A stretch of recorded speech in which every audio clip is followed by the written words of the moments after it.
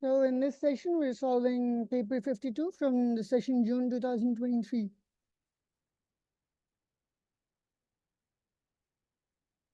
Now the question 1 says that we have a random variable x which takes the values -2, 2, and 3.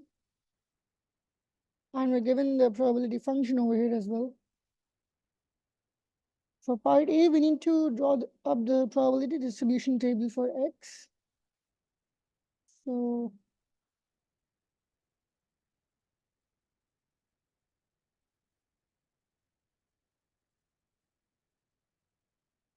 x can take up 3 values, which are -2, 2, and 3.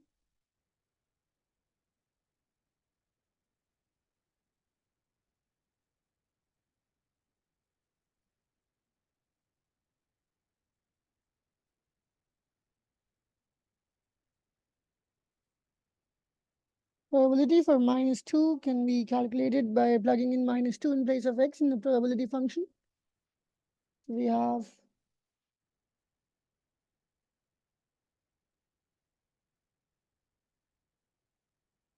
(3k) for -2,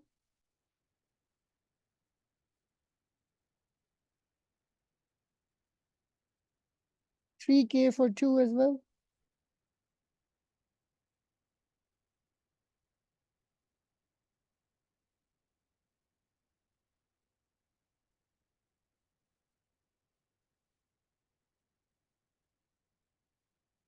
(8k) for x is equal to 3. Now we know that the sum for probability should add up to 1. So we'll add 8k, 3k, and 3k.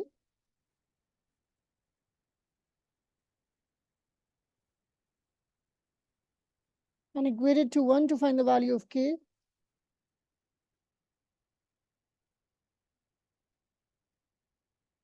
(14k) is equal to 1, so k is equal to 1 over 14.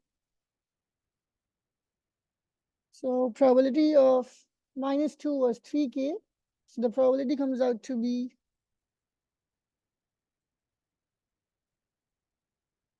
3 over 14, 3 over 14, and 8 over 14.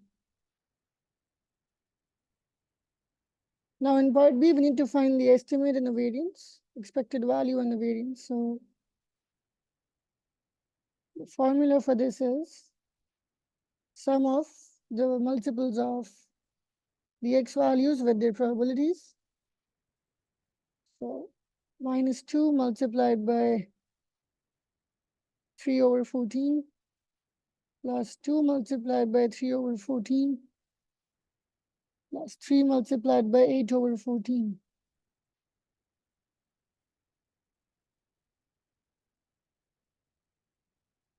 These first two values get cancelled out with each other, so I'm only left with 24 over 14.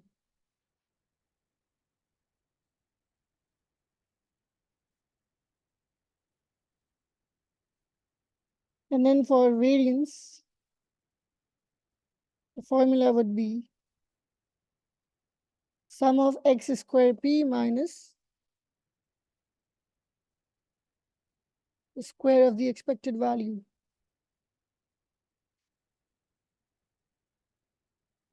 We have -2 squared multiplied by 3 over 14 plus 2 squared multiplied by 3 over 14 plus 3 squared multiplied by 8 over 14 minus the square of 24 over 14.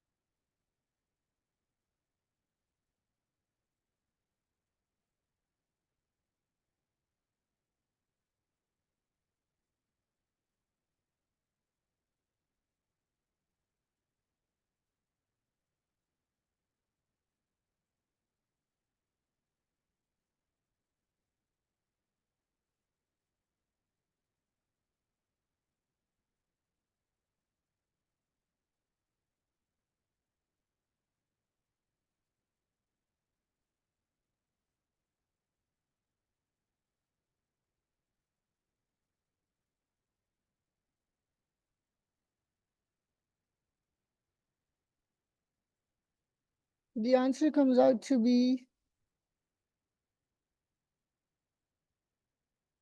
192/49.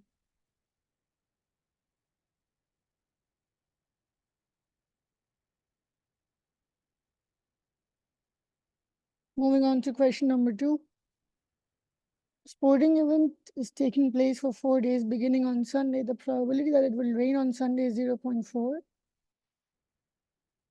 On any subsequent day, the probability that it will rain, if it rained on the previous day, is 0.7, and 0.2 if it didn't rain on the previous day.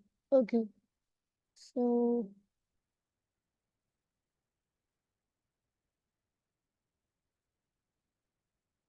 for the first part, we don't want it to rain on any of the 4 days. So not raining on Sunday means 0.6, and not raining after not raining means 0.8.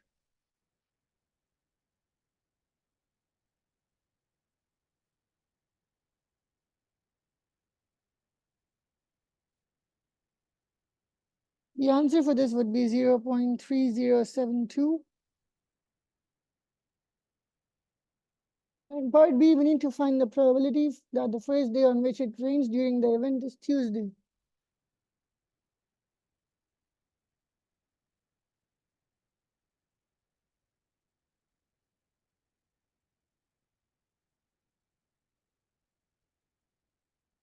So we don't want rain on Sunday, no rain on Monday, but rain on Tuesday. So no rain on Sunday means 0.6 probability. No rain on the next day means multiplying by 0.8.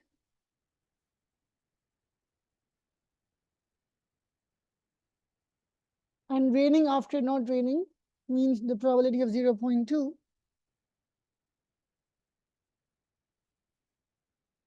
So we have the answer as 0.096.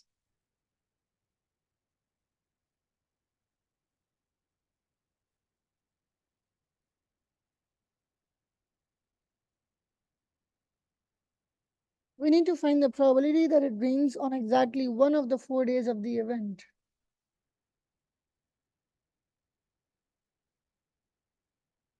So there would be 4 cases for this. The first one being rain,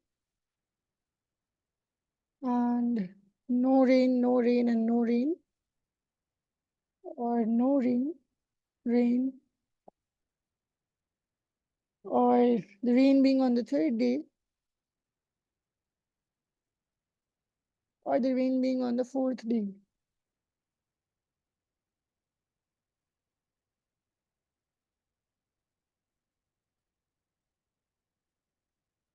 So raining on Sunday has the probability of 0.4.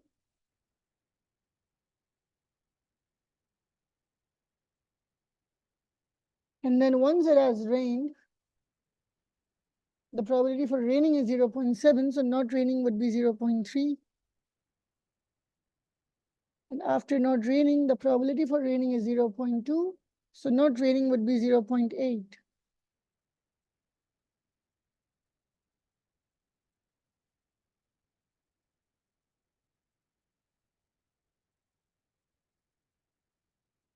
Then we have no rain on Sunday, which is 0.6. And then we want it to rain on the 2nd day, so the probability would be 0.2. And then no rain again after it has rained, so 0.3. And then a 0.8, since we don't want the rain on the next day.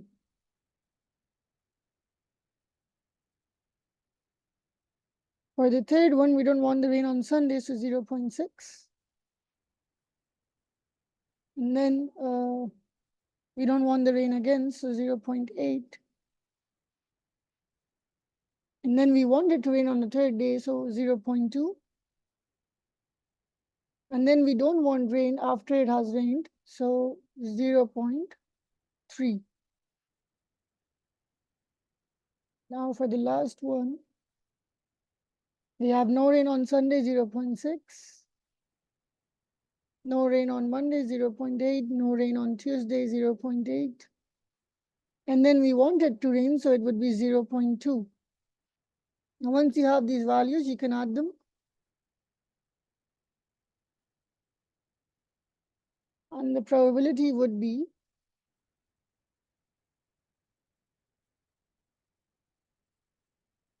0.2112.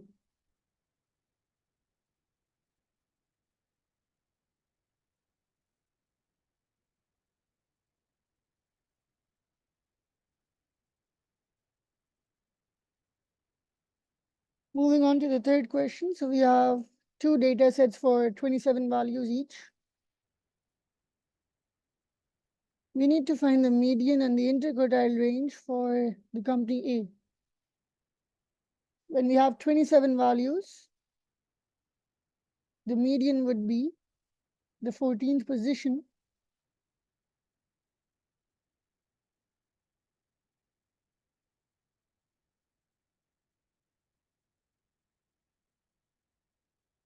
The 14th position over here would be, these are the first 5 values, and then we have 12 values, 13, and then this one would be 14. Now the median splits the data into two equal halves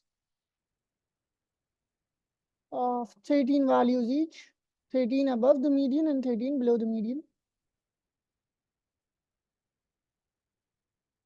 And the half of 13 values, or the middle, would be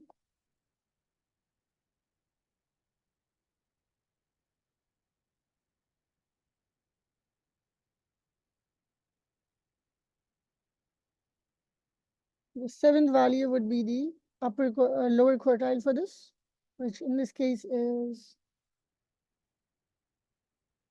this value.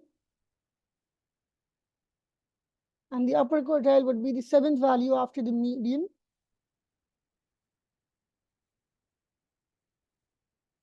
This value.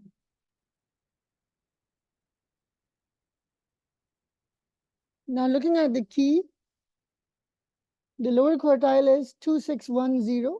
The upper quartile is 2710. And the lower quartile is 2610. The median is 2710. And the upper quartile is 2840.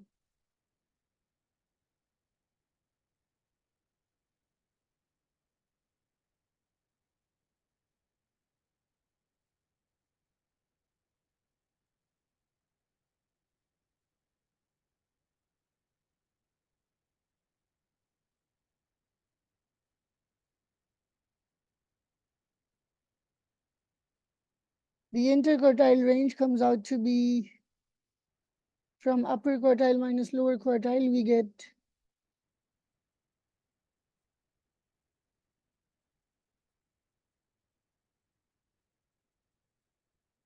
230. And the median is 2710.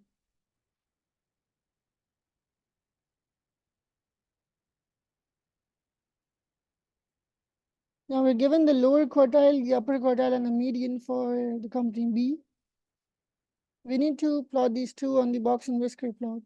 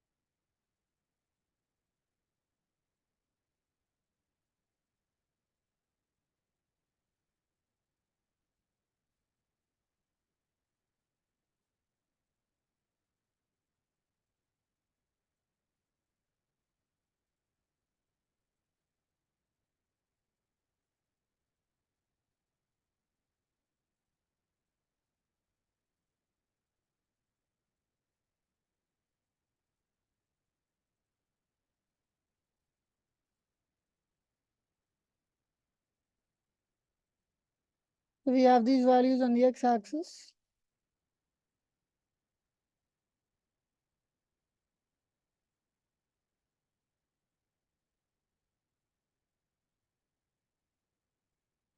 The maximum and the minimum value for the company A are 2500 and 3010.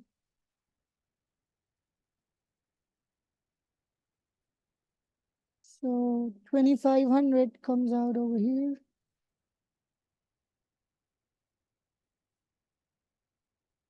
And 3010 comes out over here.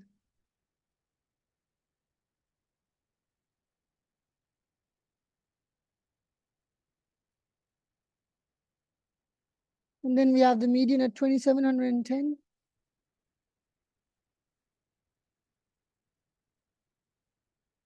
The lower quartile at 2610.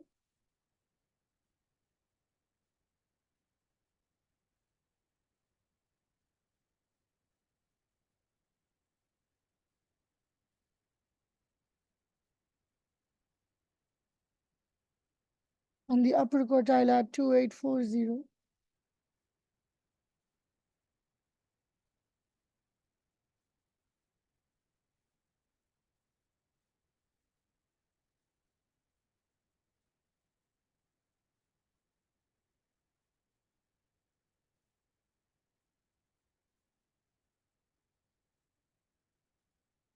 So this is company A. Now we need to draw the same thing for company B. We have the lowest value of 2540 and the highest value of 3090.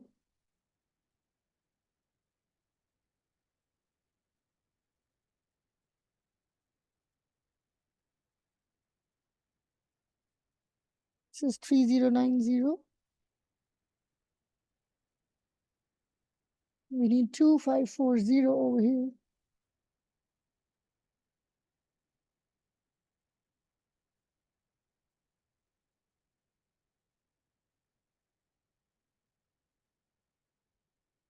We have the lower quartile as 2600. The median as 2690. The upper quartile is 2780.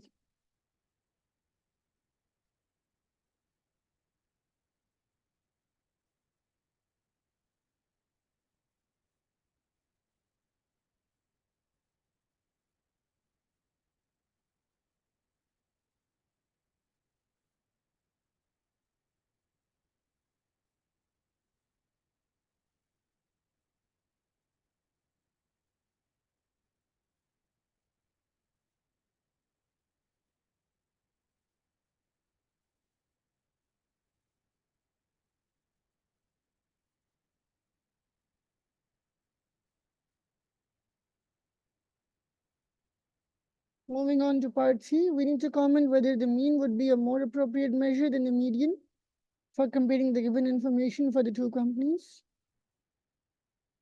So mean would be less appropriate.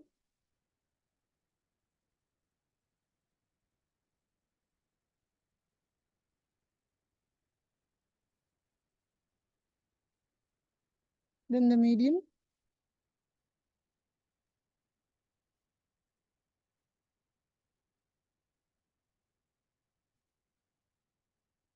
As there is an extreme value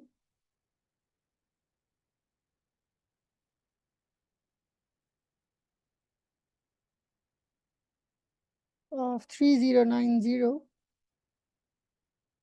in company B.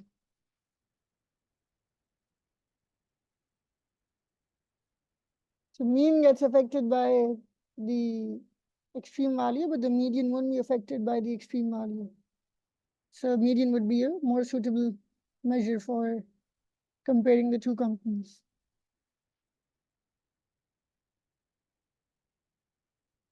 In question 4, we have a fair 5-sided spinner with the sides labeled as 1, 2, 3, 4, 5.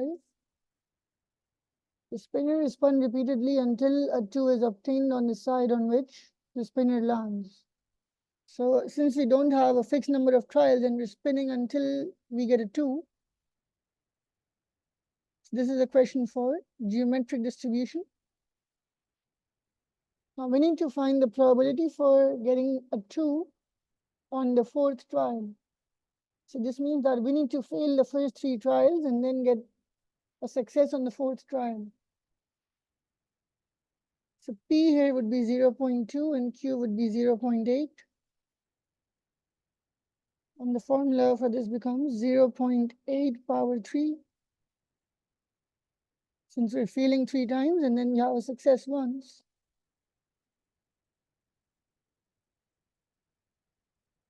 The probability for x is equal to 4 in this question would be 0.1024.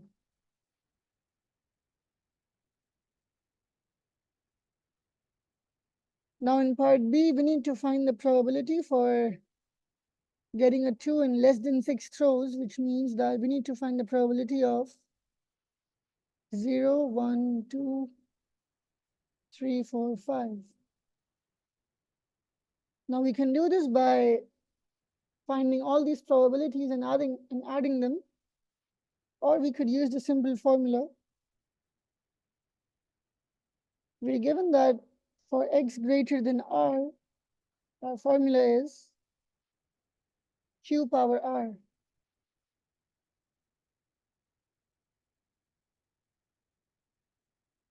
So for probability x less than r, it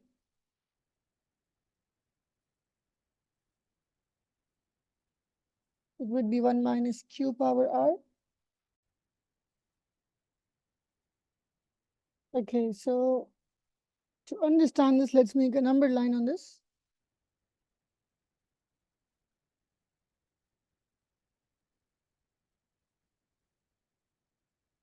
I need the region less than 6.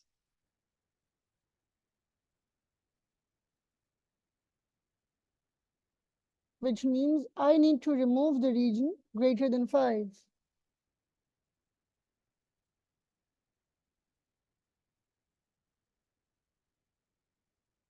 So the probability for x less than 6 means we subtract from 1 the probability of x greater than 5. So 1 minus 0.8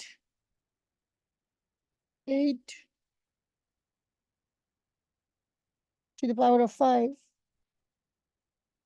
This would give us the probability as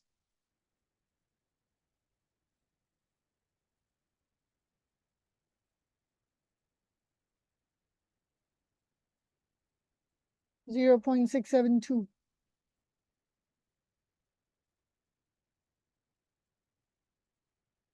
For part C, we have 2 fair-sided spinners with the sides labeled 1 to 5, and they're spun at the same time. The numbers obtained are equal, the score is 0. Otherwise, the score is the higher number minus the lower number, basically the difference. Find the probability that the score is greater than 0, given that the score is not equal to 2.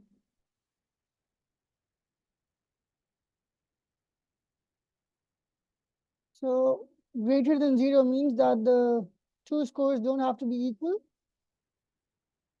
and the score is not equal to 2. So basically the difference between the 2 scores has to be greater than or less than 2.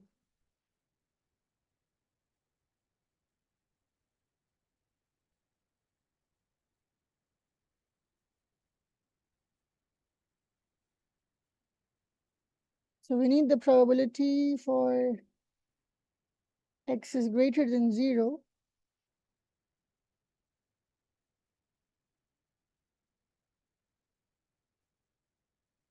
given that x is not equal to 2.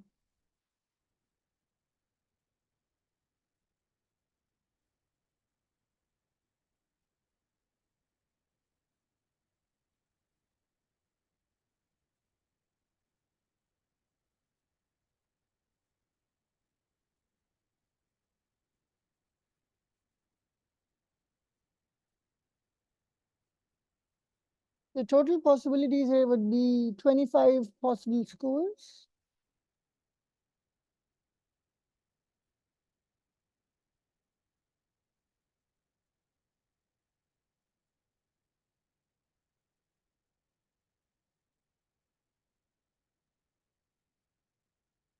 And for x to be 0, we have 5 possibilities, which are 1, 1, 2, 2, 3, 3, 4, 4, and 5, 5.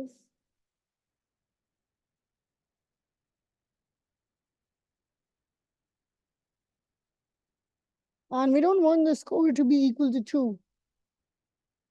So for x equal to 2, we would need the cases of 1, 3, 2, 4, 3, 5, and 3, 1, 4, 2, and 5, 3. So for x to be 2, we have 6 possibilities.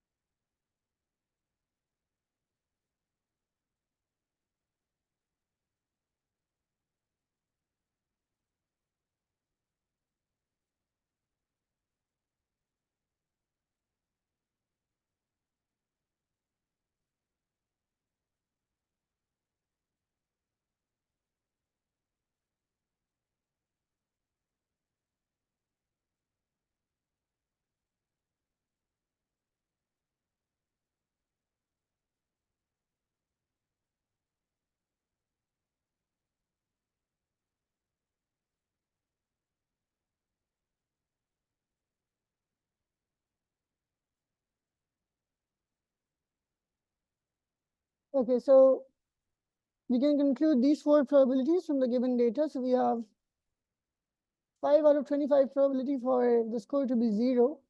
So for greater than 0, we have 20 over 25. And then for equal to 2, the score being equal to 2, we have the probability 6 over 25. So not equal to 2 would be 19 over 25. Now, out of these 19 scores of not equal to 2, we have 5 scores equal to 0. So probability of x not equal to 2 and x greater than 0 is 19 minus 5, which is 14 over 25. And we'll divide this by the probability of x does not equal to 2, which is 19 over 25. So the answer for this comes out to be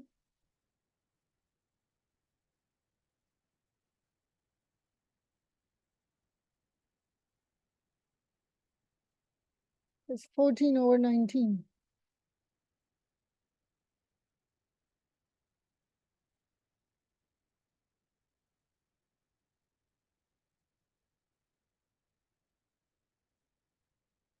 The two spinners are spun at the same time repeatedly.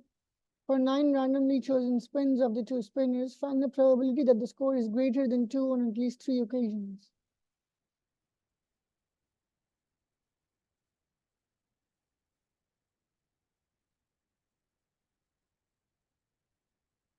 Greater than 2 means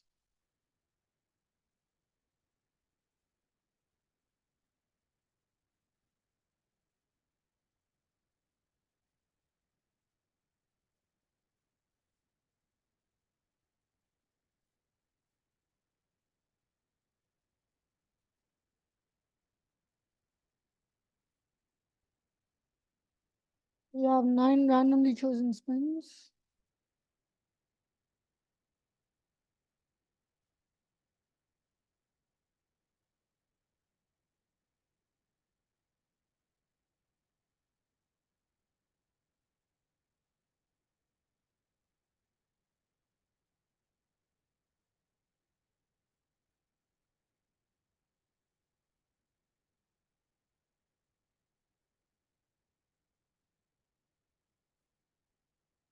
The probability for greater than 2 would be, we have the cases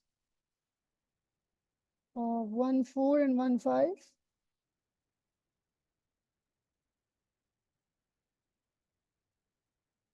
2, 5, 4, 1, 5, 1, and 5, 2. So the probability for greater than 2 is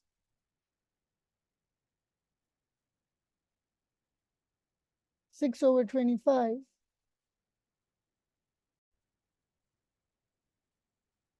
We have the value for the probability of success over here. Now we need this at least on at least 3 occasions out of the 9 trials. So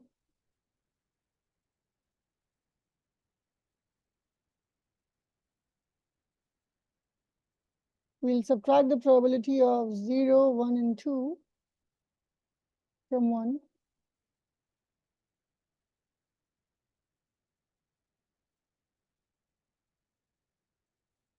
So 1 minus the probability of 0, 1, and 2, which is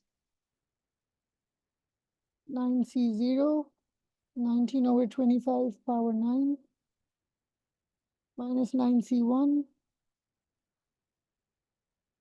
19/25 and 6/25, minus 9C2,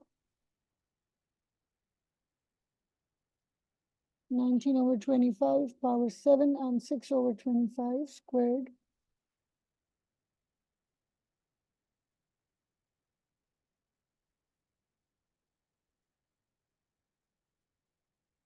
The answer comes out to be 0.371 for this.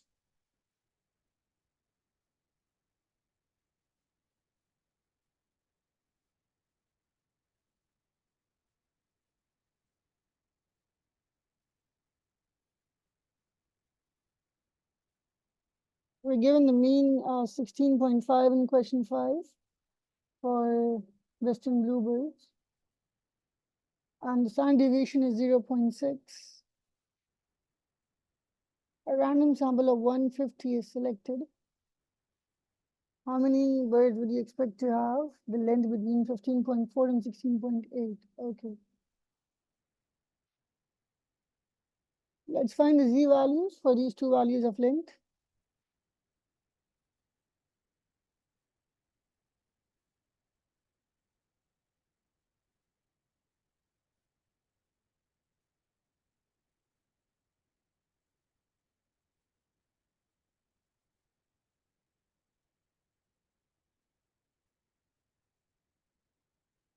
So I'll subtract the mean from both those values of length given and divide by the standard deviation.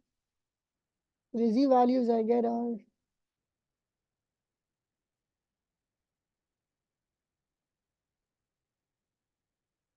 minus 1.833 and 0.5. Let's draw a diagram to understand this.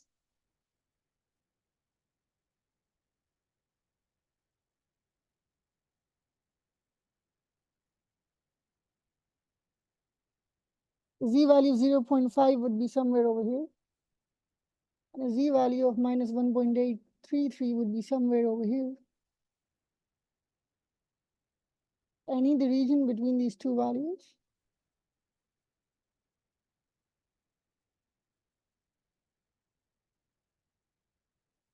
And for this region,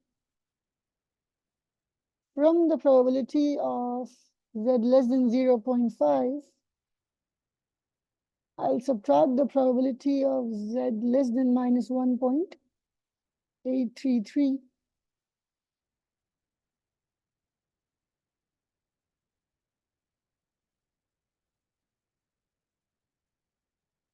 So less than minus 1.833 means the probability greater than 1.833 on the right hand side.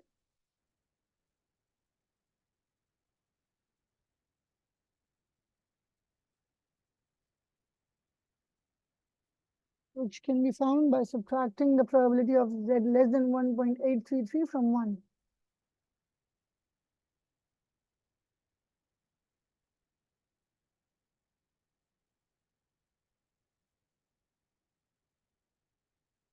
So we have 0.6915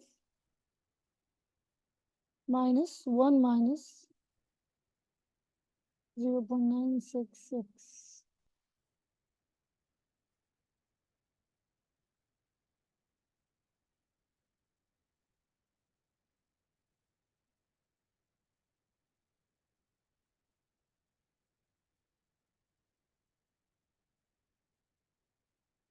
The answer for this would be 0.658.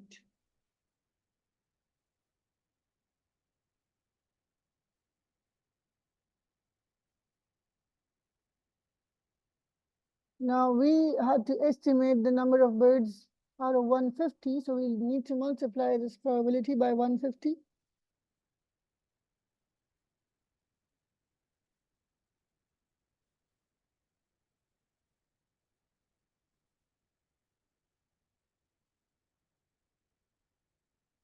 The answer comes out to be 98.7, so we can round it to the nearest whole number, which is 99 birds.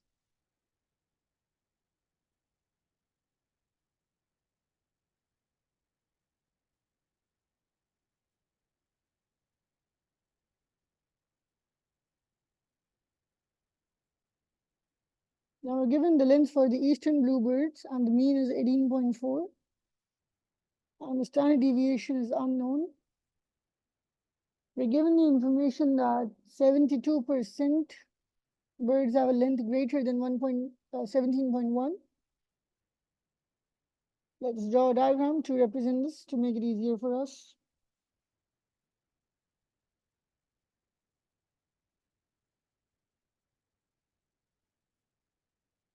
I'll need the z value, but I don't have that since we don't have the standard deviation. So let's keep it in durational data for now. So I have the mean as 18.4. 17.1 should be somewhere over here.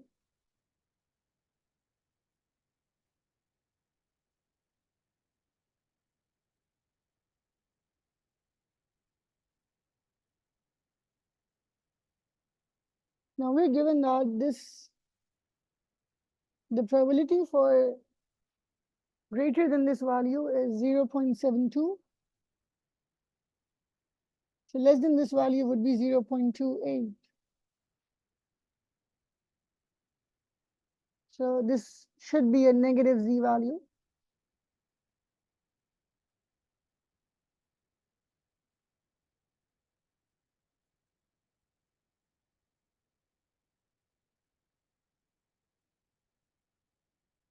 So the probability for greater than the positive z value of the same value would be 0.28 as well.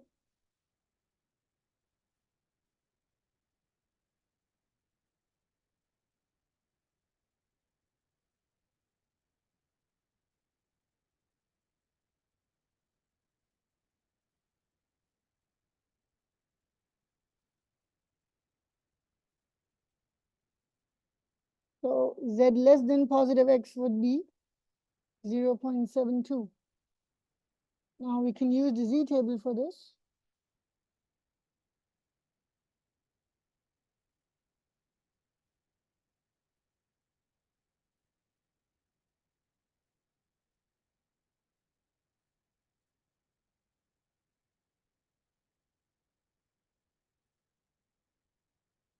I need to find the z value for the probability of 0.72.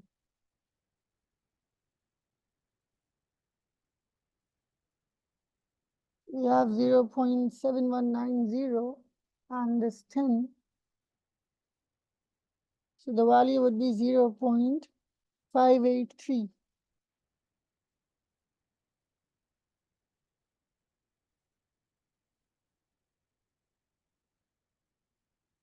And negative x would be minus 0.5833. So now using the standardization formula, we have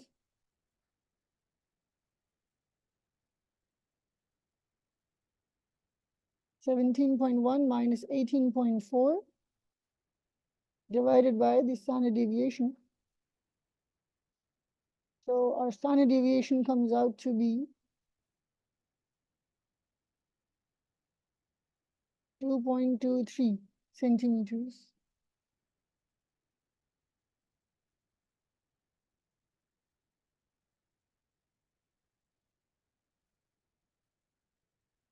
A random sample of 120 birds is chosen. We need to use an approximation to find the probability that fewer than 80 of these 120 birds would have the length greater than 17.1.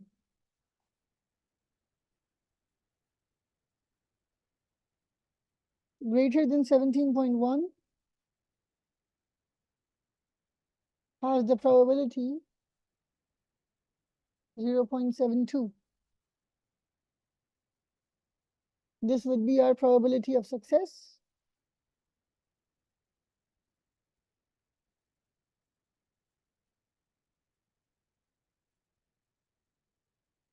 So the failure probability would be 0.28.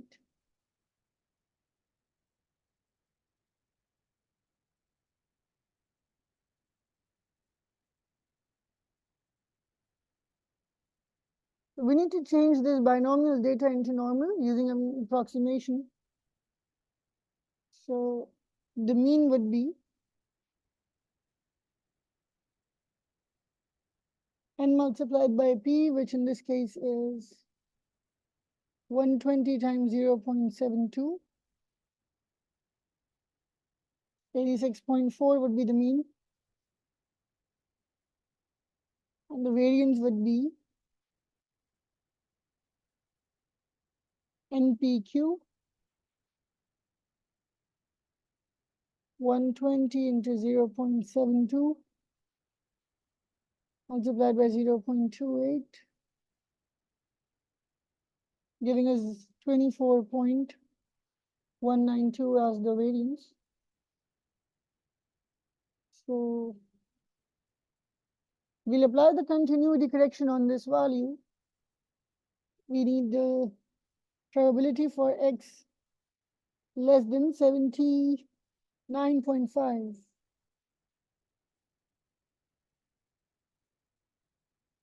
79.5 minus 86.4 divided by the root of 24.192. This gives us the z-value of minus 1.4029, 403. We need the probability for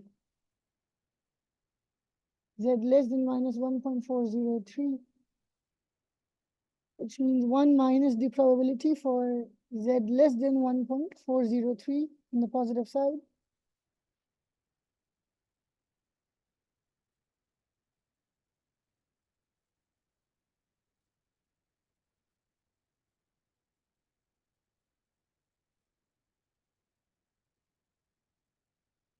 0.9196.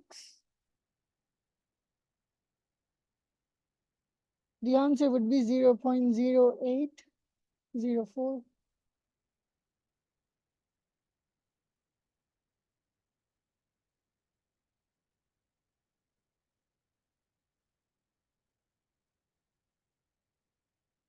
In question 6, we have a group of 25 people. There are 6 swimmers, 8 cyclists, and 11 runners.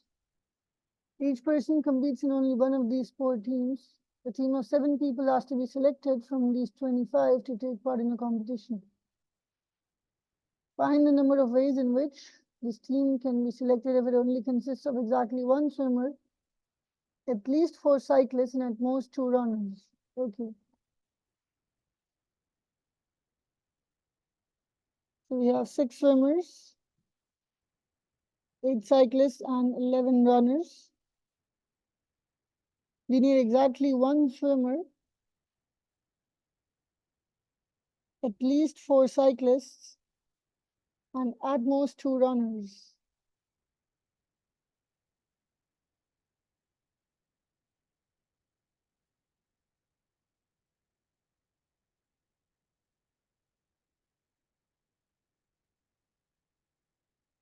And we need the total to be 7.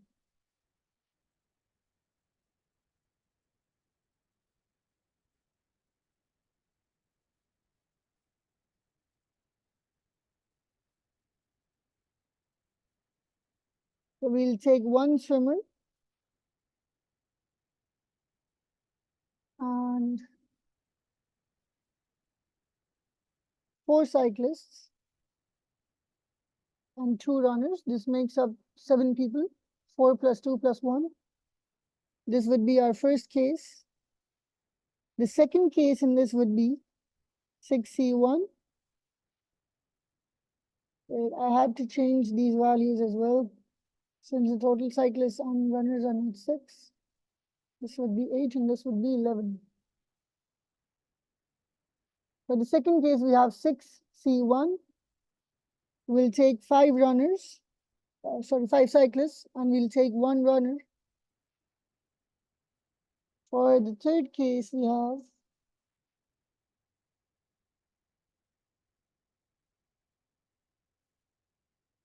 6C1 for 1 swimmer, 8C6 for 6 cyclists, and 11C0 for no runners. Find the values for these 3 cases.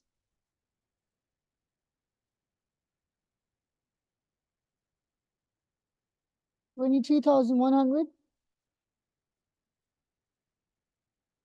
3696, and 168. So the total number of different ways are 26964.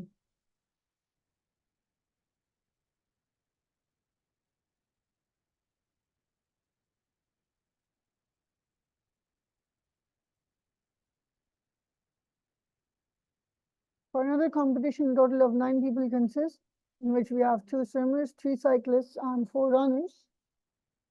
The team members stand in line for a photograph. We need to find the different number of arrangements. For these 9 people, if the swimmers stand together, the cyclists stand together, and the runners stand together. Okay. So we have SS, CCC, and we have 4 R's.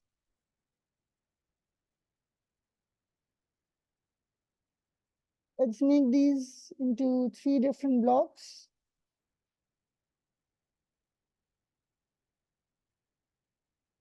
So now these 3 blocks can shuffle among each other.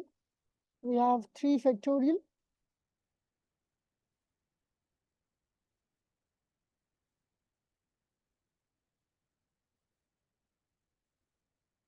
The 2 swimmers can shuffle among each other, so we have 2 factorial. The 3 cyclists can shuffle, so we have another 3 factorial.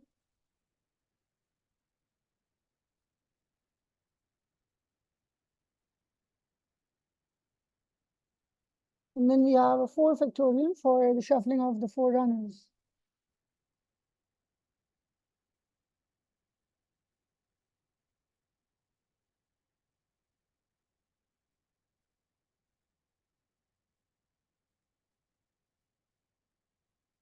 Total different arrangements would be 1728.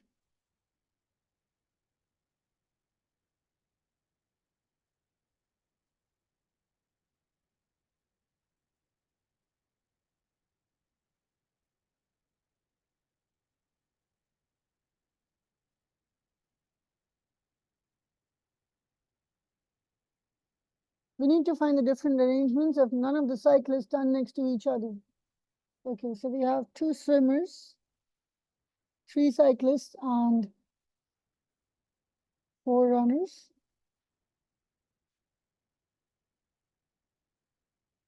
For now, let's forget about the 3 cyclists and let's place these 6 people.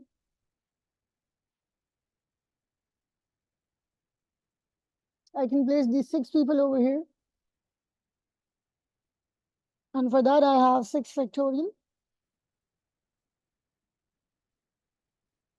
Now the 3 runners have to be separated, so they can come between these dashes.